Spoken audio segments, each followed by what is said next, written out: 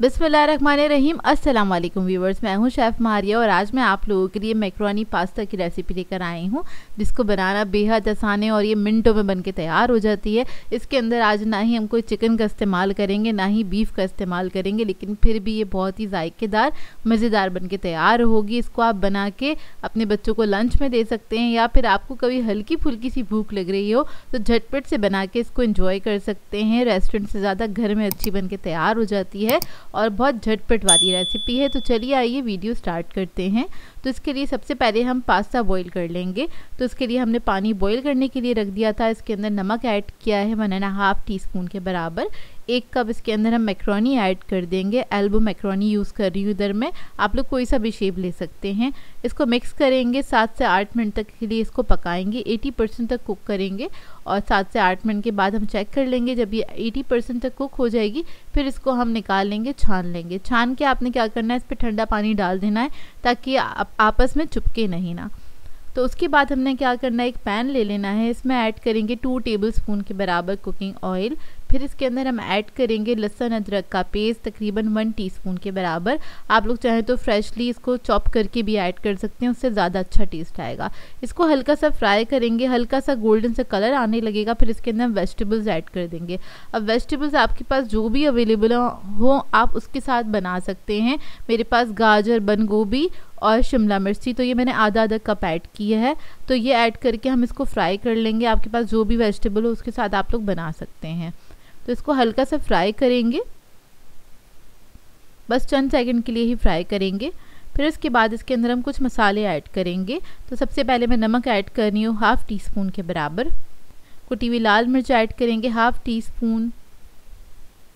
1/4 teaspoon add करेंगे काली मिर्च का पाउडर। चिकन पाउडर ऐड करेंगे 1 टीस्पून। इसको मिक्स कर लेंगे।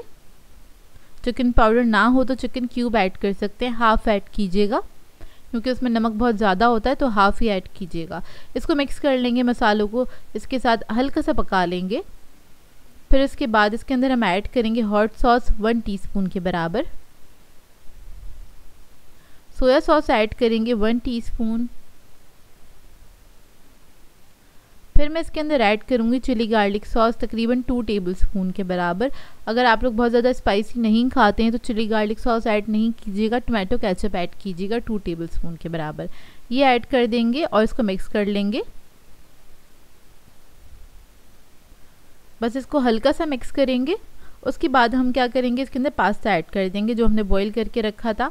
अब इसको भी मिक्स कर लेंगे। 5 मिनट के अंदर बनके तैयार हो जाती है। मतलब प्रिपरेशन हुई भी हो तो कुकिंग टाइमिंग इसकी 5 मिनट है। 5 मिनट से भी कम टाइम लगता है इसको पकने में और ये बहुत ही यमी बनके तैयार होती है। बहुत ज़्यादा टेस्टी बनती है, बच्चे बड़े सभी इसको एंजॉय करते हैं क्योंकि रेसिपी ही ऐसी है, सभी खाना पसंद करते हैं। तो देखिए बस इसको मिक्स करेंगे हल्का सा। इधर मुझे थोड़ा सा ही ड्राई लग रहा था तो थोड़ा सा मैंने टोमेटो केचप ऐड कर दिया था। आप लोग भी ऐड कर सकते हैं इसके ऊपर थोड़ा सा टोमेटो केचप, क्योंकि थोड़ी सी सॉसी होनी चाहिए। ड्राई पास्ता अच्छा नहीं लगता है खाने में और थोड़ा सा सॉसी अच्छा लगता है। तो देखिए इसको हमने मिक्स कर लिया और ये रेडी हो गया है। बेहतरीन बनके तैयार होता है और मिनटों में बनने वाली रेसिपी है। स्पाइस लेवल आप लोग अपनी मर्ज़ी के मुताबिक रख सकते हैं। जैसे कि आप लोग छोटे बच्चों के लिए बना रहे हैं तो आप लोग स्पाइस लेवल अपनी मर्ज़ी के मुताबिक बहुत ही कम रखिएगा, जैसे कि बच्चे खाना पसंद करते हैं। यहाँ पर ये मैंने अपने लिए बनाई थी तो अपने हिसाब से बनाई है। आई होप आपको ये सिंपल सी रेसिपी अच्छी लगी हो, जो कि बहुत ही झटपट बनके तैयार हो जाती है। दिखने में जितनी मज़ेदार है, खाने में उससे ज़्यादा जायकेदार बनके तैयार हुई थी। आई होप आपको ये रेसिपी अच्छी लगी हो। सो व्यूअर्स, अगर आप लोगों में ये रेसिपीज़ अच्छी लगती हैं तो मेरे चैनल को सब्सक्राइब करें, लाइक करें, कमेंट ज़रूर किया करें, शेयर भी ज़रूर किया करें अपने फ्रेंड्स के साथ, फैमिली के साथ। तो मुझे अपनी दुआओं में याद रखिएगा। अल्लाह हाफ़िज़।